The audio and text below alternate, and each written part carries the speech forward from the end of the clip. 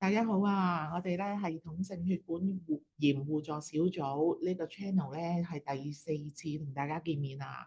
咁上三集大家聽過有咩感受咧，或者有咩得着咧？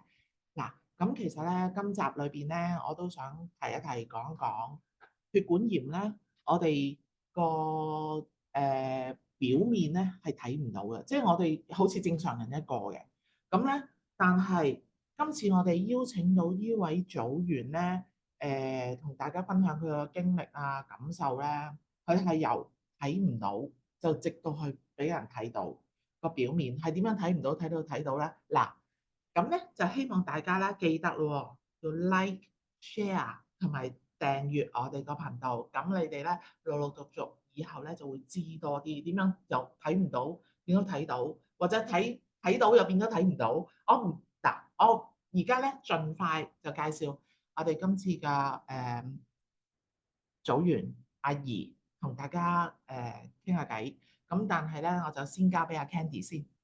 Hello，大家好，又係我啦，Candy。咁好榮幸啦，今次又可以請到阿姨上嚟分享我哋嘅病嘅情況喎。咁阿姨，你可唔可以説出你點樣揾到小組㗎？就好特別嘅，咁其實我咧就係2019年時確診咗一個自身免疫力嘅病啦，係完全康復晒㗎。今日心血來潮啦，想都多啲了解過有啲咩醫療上邊嘅，例如頭先話 Elka 係咪曾經第一集講過話食物啊、煮嘢食啊，又或者有冇啲活動啊、運動可以幫到自己個病？雖然我痊愈咗嘅，咁但係我都可能復發㗎嘛。咁我就自己上 Facebook 啦，就撳好似一啲唔知自身免疫力咁樣彈咗好多嘢出嚟，咁啊無意中打其中一個電話，我相信就係而家嘅復康會啦。當其時係懵病病乜都唔知，原來咁多社會有咁多組織。咁啊打完復康會咧，有個職員咧就話：你係白賽氏綜合症啊，咁你俾啲個醫療嘅證明我哋。咁我就唔記得咗 send 咗 email 去嘅。咁後來咧就有個好熱心嘅姑娘，就係阿黃姑娘打俾我啦。咁就我都唔知黃姑娘咩事，邊個黃姑娘咧？因為我嗰段時間咧好多姑娘打俾我，咁我等錄到就講點解我咁多姑娘會打俾我，而黃姑娘點解俾我咁深刻嘅印象啦？咁黃姑娘就介紹咗系統血管炎小組嘅形式，咁自然佢又了解多個病情啦。咁我亦都好順理成章成為個組員之一啦。哦，原來係白賽氏綜合症嘅病。係啦，哦，可唔可以請阿姨分享下而家嘅病情況同埋治療進度啊？係啦。咁啊，正如我頭先所講咧，我康復咗噶啦個白賽氏綜合症。咁但係咧就係話好奇妙嘅，認識黃姑娘之後咧，就過咗一段時間咧，就係話個咁啊頭痛係個頭上邊有個腦滲出嚟痛，與此同時咧，我雙眼咧睇嘢好朦，係2024年嘅時候，咁啱先咧就遇着覆診啦，咁樣咧跟住咧後尾就覆診啦，就與此同時就覆診我本應，咁啊跟住好突然，醫生話唔得啦，你要住院，我都嚇住院啊，咁都冇辦法噶啦，咁啊住院即刻咧乜都冇準備嘅，即刻去吉針啦，所以吉針就係靜脈注射類固醇，咁啊大概7日啦，咁啊就完全係諗住3、4日嘅啫，點知7日，咁好自然啦，住院嘅你話出院啊，好辛苦啊，支持佢，但佢哋唔放我走嘅，因為佢哋要研究我個腦個痛係咩來源，咁住得醫院咯，咁咪檢查啦，係咪都要解決個病情啊嘛？咁啊，後尾一連串好多又抽血啊，又唔知驗乜乜毒啊，又乜鬼啊！最記得有一次深刻印象就係突然之間要做一個小手術，所謂小手術就叫做腰椎穿刺，咁係好驚㗎，係喺個腰嗰度，要唔知點樣開個窿，抽好多腦液出嚟，咁都要頂硬上㗎啦。咁啊好啦，咁啊大概住咗1個月左右啦，我相信。咁啊後尾就都好驚嘅，因為個腦嘅黑影仲未解決到。咁佢哋都話幫你繼續跟進照 MRI 啦，唯一一個方法。咁啊好啦，出院啦就要又有眼睛睇唔到嘢啊嘛，好蒙啊嘛，咁亦都要去某間公立醫院。公立醫院啦，就要眼睛覆診嘅。咁啊，佢哋開咗個免疫抑制劑俾我食。咁啊，食咗一段時間，無啦啦有一日，哇！點解又嗰種腦痛頭痛又好劇烈，劇烈到咧好似有啲電啊攻擊我啊咁啊，突然之間又去翻某間公立醫院嗰度，又去急症室啦，又話照 CT 啊，又做咗好多檢查，都唔知咩事，唯有入院，又係入翻上嗰次啱啱提及緊公立醫院啦。咁啊原來咧就點樣咧？原來不幸地生蛇，怪唔知咁痛啦。咁啊生蛇，好多人都係話睇下醫生試下啲藥，幾日搞掂。咁我就又好唔好彩，可能自己個自身免疫力嘅問題，又要注射一啲嗰啲應該係咪免疫抑制劑嚟撳住啲蛇毒嘅？咁啊又住咗大概2個星期，所以嗰段好深刻、好難忘啦。出院好開心，跟住又唔夠1個月，又翻去醫院咁樣咯。其實喺阿姨講嘅個過程咧，分享個過程裏邊咧，其實真係好痛苦，有出有入。同埋咧，當其時咧，佢係嗰個血管炎嗰個表徵咧係睇唔到噶啦。我提一提大家，喺某段嘅時間咧，我哋血管炎嘅表徵係未出嚟嘅，係睇唔到嘅嚇。咁同埋咧，公立醫院嚟講咧，都算係盡責，即係我哋撞到啲遇到嘅醫生咧係好盡責噶啦，係被提供唔同嘅檢查，佢去用心去揾你個病。嗱，咁開頭你患嗰個白菜氏症啦，咁然之後咧，而家咧去到生蛇呢個階段啦，咁大家要諗一諗咯喎，我需唔需要打啲預防生蛇，即係帶狀疱疹嘅疫苗啦？咁因為對於我哋嘅病患者嚟講咧，呢啲疫苗咧係有幫助嘅，即係等我哋預防多一樣。嗱，咁阿姨就唔好彩啦，你冇打嗰個預防生蛇嘅疫苗啦，咁中咗生蛇，咁後續係點咧？嗱，請你再分享啦。咁後續生蛇梗係好劇烈痛啦，比之前係更加痛嘅。咁啊，醫生就唯有俾啲時間啦，因為生蛇嗰個涉及嘅痛楚可能會折磨到你10年以上嘅。咁每個人係唔同啦，咁我亦都唔知我自己會係維持幾耐嗰個痛楚折磨噶嘛。咁啊，跟住一路等待啦，亦都自己嗰個叫做情緒好影響個病嘅，所以就唯有就係話，既然唔生都生咗，就與嗰個病同行，點樣嚟因為迎接嘅係與共存咧，應該話。咁好啦，咁啊痛一路痛，咁都唔係路㗎。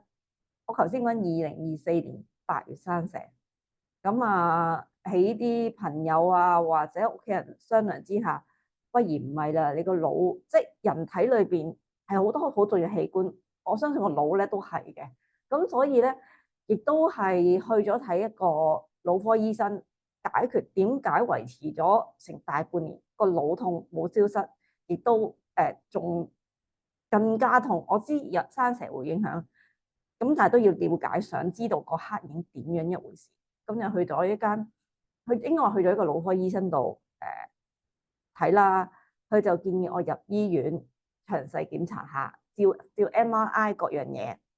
咁佢就話原來個黑影終於有個揭曉啦，個答案原來係個腦腫瘤嚟嘅。咁我都晴天霹靂嚇，咩事啊？一連串好啦，到腦腫瘤，咁要做一個放射性電療，睇下可唔可以令到個腫瘤縮細啦，又或者到底係良性定係惡性啦？因為大家都知道腫瘤唔係講笑，係要良性定惡性噶嘛。咁不幸中嘅大幸就係我係良性嘅腦腫瘤，但係呢樣嘢咧，亦都係要食藥，keep 住照 MRI 睇下你個腦腫瘤有冇大劑縮細到咁樣咯。咁一連串呢啲嘢真係好心情好大嘅打擊嘅。咁但係都冇辦法㗎啦。咁就醫生就講就話嗱，做完個放射性電療咧，你乖都要俾啲時間佢嘅，因為正如你生蛇，你都要俾時間去，即係個痛楚會慢慢減輕啦。電療亦都係唔係即時嘅呢個電療，醫生提及咗就話可能4、5個月啊，半年咁上下啦。咁我電療嗰陣時間咧，我應該係舊年2025年嘅5月咁上下嘅。咁好啦，一路等3至4個月啊，都冇乜新進展喎，繼續食藥覆診都冇乜新進展喎。而咁啱我又喺另外一間公立醫院咧有個覆診期，呢個覆診期咧就係話一個麻醉止痛科嘅科目叫做，我咁大個女至知原來哇分開咁多唔同嘅科目嘅公立醫院裏邊都，咁啊佢就提議，既然你都等咗都4、5個月啦，做完呢個放射性嘅電療都冇得新進展，咁不如幫你做個止痛嘅手術，就係話喺個面部嘅其中一條神經線，因為人體分開3叉神經線嘅所謂，咁佢就喺面部嘅第一節嘅神經線做個微創，將一個叫做嗰個微創所謂嘅balloon compression，顧名思義，將個氣球由第一條神經線直產上去我嘅3叉神經線裏邊，希望佢用壓縮嘅方法，令到個腦腫瘤帶出嚟嘅痛楚減輕舒緩，但係亦都唔確保呢樣嘢係100%會係能夠減輕痛楚。每個人視乎每個人嘅即係唔同嘅反應啦，亦都有提及微創都係等同一個手術之一，亦都有啲叫做後遺症嘅，但係醫生好 confirm 就係、是，哦，你一定有嘅，就係、是、你個面部咧係會遲鈍啲嘅，即係冇乜感應啊、冷熱啊，佢有冇提到僵硬嘅初頭？咁就係話面部遲鈍咯，人哋冚隻疤你唔知咯。咁我覺得究竟我接受我嗰個面部嗰叫做咩話遲鈍啲，因為我繼續承受嘅痛，因為痛腦腫瘤大嘅痛同埋生蛇大嘅痛，其實係真係好難頂嘅。咁好啦，就接受咗呢個考慮好耐嘅。咁諗緊個痛嘅折磨好，又面部遲鈍好咧，咁啊好啦，接受咗完呢個手術。我係又係好唔好彩，上一次就好好彩係良性腫瘤，今次係唔好彩係啲好不良嘅反應。我諗醫生同我都預計唔到嘅。我相信而家錄低我把聲音，大家都聽到我講嘢咧係好似好甩甩地嘅。我以前唔係咁好流暢嘅講嘢。咁呢個所謂後遺症就係我食嘢啦、講嘢啦、痰咧都有影響。咁直至而家。你問我係點樣樣咧？我唯有都要接受噶啦。每一件事帶嚟，我哋唔可以氣餒咯。因為行到呢步，由隻眼跟住又生蛇，又到腦腫瘤，到而家啦，都行到一步嘅意思係已經都經過咁多挫折。咁你嗰個腦腫瘤仲喺唔喺度？喺度。咁但係你嗰個頭痛咧，都仍然有存在。咁對你嗰個睡眠方面有冇一啲影響？有，絕對有。應該咁講，臨瞓前就食醫生指定嘅藥，咁樣就佢係冇啦啦，可能瞓到3、4點唔定，5、6點唔定，突然之間係會痛醒嘅。咁咪唯有就又攞啲止痛藥食咯，因為醫生都講過話，萬一你痛嘅時候攞即係呢幾隻藥食啦，你冇特別好轟炸你痛咧，你就唔好食啦，咁樣樣嘅。咁所以呢樣嘢都會影響睡眠嘅質素啦，亦都知道睡眠質素會影響病。咁但係我係都冇辦法，好似 circle 咁，我都要接受咯。其實 Candy，我哋咁樣睇咧，阿怡嗰個 case 咧，其實係帶出幾個疑問，係由血管炎引申出嚟啊，抑或係由佢嗰個腦腫瘤而引申出嚟咁多嘅變化咧？咁其實都係值得香港嘅醫護界咧去關注，同埋係揾到係啦，因為研究同埋唔好將個病人就好似病人頭又踢去呢度，又踢去嗰度，真係好慘啊！因為而家尤其是香港個醫療嚟講咧，係冇錯係達世界嘅水平，但係個醫療收費就世界水平嘅之上有之上，咁所以變咗咧，病人有病人嘅痛楚，但係使嘅費用嘅另外啦，再計啦。咁但係盡快係揾到個原因，對症下藥咯。因為阿姨嗰個而家嗰個情況咧，即係其實又上上落落咁，我睇見佢我都好心痛。係啊，其實阿黃夫人嚟講得啱，係要揾出個病源。咁直至現在，醫生都係最近 1月嘅 MI 都係有個英文字學術啦，就係話其實係有個 neurohyphen bitis， 唔好介意，因為我發音而家麻麻地，即係話顧名思義係我原本嗰個免疫系統病而引致 neuro， 大家都稱係神經，即係神經科。咁所以係咪翻屋？其實我係咪由 day one 開始雙眼同個腦一齊，雙眼好蒙睇唔到嘢咧，幾乎埋個腦痛。其實由原本基本係我哋個自身免疫力嘅疾病而導致到我一連串各樣那樣產生咯。所以呢樣阿黃姑娘覺得好啱，係真係醫護界嘅醫生要即係關注喺幫病人揾出個原因咯。如果一個病人只會係又跟住啊點樣咩病咧？咩病又會突然間產生咯？我覺得係啊，因為有陣時咧覆診個期咧可能會比較長一啲，而有突然間有啲事上係個個醫即係朋友都識講去急症室啦，去急症室。其實去到急症室有醫護人員幫，但係總比真係睇開我哋嘅醫生咧，即係佢哋會留意得到個病歷嘅歷史啊，個演變係點樣樣啦，同埋用藥嘅輕重啦嚇。即係唔好話係用開嗰隻藥就用翻嗰隻藥而加重咗，咁就死火啦，有可能有相反效果。即係真係要去鑽研每一個病嚇。咁甚至乎嚟講，病人嚟本身嚟講咧，如果遇有咁嘅情況咧，即係我哋唔係麻煩啲醫生，而係希望佢哋救到我哋條命咯。嚇，Candy 點睇啊？你睇呢個 case 咧，因為最初都係白菜氏症啊嘛，係咁白菜氏症係睇唔到噶嘛，完全睇唔到。係啦，咁啊完全睇唔到，咁好似阿姨呢個 case 咧又睇唔到，就變咗生佢生喺額頭添啊，係咁咧就變佢睇到，咁即係好痛苦就係佢頭痛啦，係咪啊？瞓就瞓唔到啦，做嘢就唔使講啦，固然之即係好多壓力啦，係咪啊？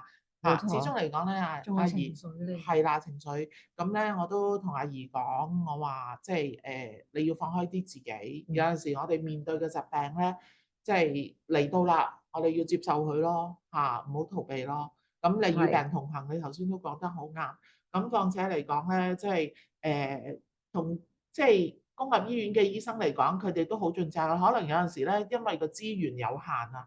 嚇，咁我哋都互相體諒啦，係嘛？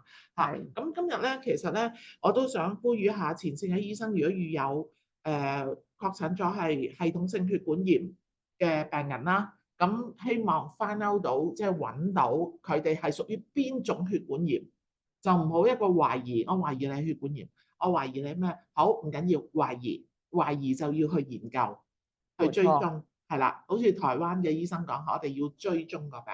同埋點樣去做預後嚇？咩叫預後？大家都知啦，明白啦嚇。咁咧就可以轉介佢哋我哋系統性血管炎互助小組啦，或者揾香港復康會社區復康網絡嘅社工嚇。咁咧就係電話就係27943010，27943010。咁今日好多謝阿 Candy 啦、阿怡啦，咁同埋一啲義工嘅朋友嚟幫我哋手做呢個分享同埋製作嚇。咁今次嘅訪問差唔多啦，記得 like、share 同埋訂閱我哋嘅頻道啊！多謝大家，下次再見，拜拜。